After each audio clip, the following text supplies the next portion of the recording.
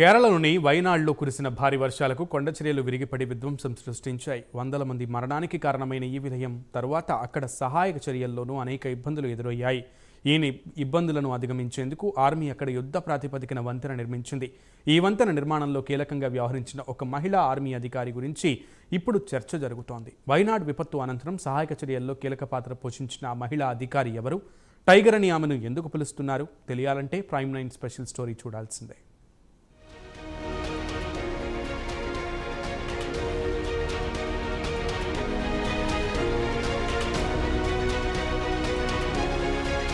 Major Sita Shelke ఈ పేరిప్పుడు కేరళ రాష్ట్రంలో మారుమోగుతోంది. Social మీడియాలో ఆమెపై ప్రశంసల జల్లు కురుస్తోంది.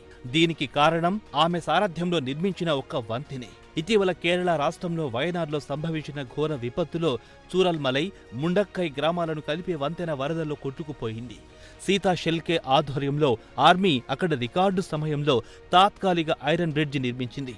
దీంతో మేజర్ సీతా షెల్కే ఫోటోలు సోషల్ మీడియాలో తెగ వైరల్ అవుతున్నాయి. సోషల్ మీడియా యూజర్లు ఆమెను టైగర్ అంటూ కొనియాడుతున్నారు. దీంతో అసలు ఈ మేజర్ సీతా షెల్కే ఎవరు, ఆమెను ఎందుకు ప్రశంసిస్తున్నారు, ఆమె చేసిన పనేంటి అనే దానిపై సర్వత్రా ఆసక్తి నెలకొంది. వయనాడ్ విపత్తు జరిగిన వెంటనే సహాయక చర్యలు ప్రారంభమయ్యాయి. అయితే చూరల్మలై, ముండక్కై గ్రామాల మధ్యనున్న బ్రిడ్జి కొట్టుకుపోవడంతో సహాయక చర్యలకు తీవ్ర అంతరాయం ఏర్పడింది. వంతెన లేకపోవడంతో సహాయక చర్యలకు అవసరమైన పరికరాలు, సామాగ్రిని తీసుకెళ్లడం సాధ్యపడలేదు. దీంతో ఆ ప్రాంతంలో వెంటనే వంతెన నిర్మించాలి. వంతెన నిర్మాణం తర్వాతే అంబులెన్స్, ఇతర వాహనాలు అవసరమైన పరికరాలు ప్రమాద స్థలానికి తీసుకెళ్లగలరు. అప్పుడే సహాయక చర్యలు వేగవంతమవుతాయి. దీంతో ఆర్మీ అధికారి సీతా షెల్కే తన ఆలోచనలకు పదును పెట్టారు. ఓ తాత్కాలిక ఇనుప వంతెనను నిర్మించాలని నిర్ణయించారు. అప్పటికప్పుడు ఆర్మీ సిబ్బంది బెయిలీ బ్రిడ్జి నిర్మించారు. తాత్కాలిక ఇనుప వంతెనను ఆర్మీ భాషలో బెయిలీ బ్రిడ్జి అంటారు.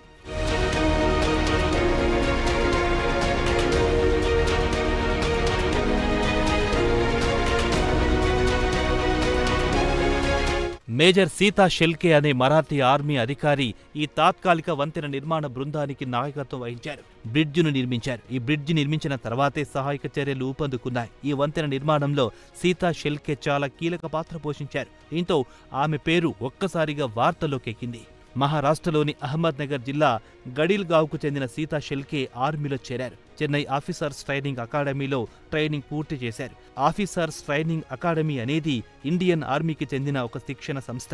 ఇది షార్ట్ సర్వీస్ కమిషన్ కోసం అధికారులకు ట్రైనింగ్ ఇస్తుంది. దీనిలో భాగంగా సైన్యంలోని ఆర్మీ మెడికల్ కార్ప్స్ మినహా సైన్యంలోని అన్ని విభాగాలకు చెందిన ఆఫీసర్స్ కోసం 49 వారాల అండర్ గ్రాడ్యుయేట్ కోర్సును రూపొందించారు. బెంగళూరులోని మద్రాస్ ఇంజనీరింగ్ గ్రూప్కు చెందిన 70 మంది సభ్యుల బృందంలో మేజర్ సీతా షెల్కే మాత్రమే మహిళా అధికారి కావడం విశేషం. ఆమె పర్యవేక్షణలోనే ఆర్మీ సిబ్బంది రికార్డు స్థాయిలో 31 గంటల్లోనే బెయిలీ వంతెన నిర్మించింది. కొత్తగా నిర్మిస్తున్న వంతెనపై మేజర్ షెల్కే నిల్చొని ఉన్న ఫోటో సైతం సోషల్ మీడియాలో వైరల్ అయ్యింది.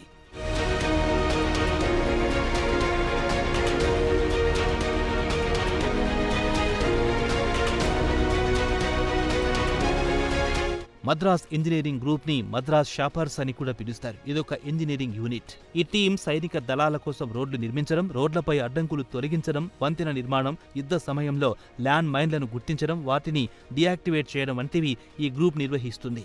ప్రకృతి వైపరీత్యాల సమయంలో సహాయక చర్యల్లోనూ ఈ గ్రూప్ చాలా కీలక పాత్ర పోషిస్తుంది. 2018లో వచ్చిన కేరళ వరదల సమయంలోనూ ఈ గ్రూప్ కీలకంగా పనిచేసింది. జూలై 31న ఈ వంతెన నిర్మాణం ప్రారంభమయ్యింది. ఆగస్టు 1 సాయంత్రం 5 గంటలకు పూర్తయింది. ఈ వంతెనను ఒకే పిల్లర్ ఆధారంగా 19 స్టీల్ ప్యానెల్స్తో నిర్మించారు. వంతెన నిర్మాణం పూర్తయిన వెంటనే తొలుత ఆర్మీ వాహనాన్ని నడిపి బ్రిడ్జిని పరీక్షించారు. ఆ తర్వాత ఇతర వాహనాల రాకపోకలకు అనుమతించారు. కొండ చర్యలు విరిగిపడడంతో విధ్వంసానికి గురైన చూరల్మలై, ముండక్కై గ్రామాలను కలపడంలో ఈ వంతెన చాలా కీలకమైంది. వంతెన నిర్మాణంలో ఈమె చూపించిన నేర్పరితనానికి సోషల్ మీడియాలో ప్రశంసల జల్లు కురుస్తోంది.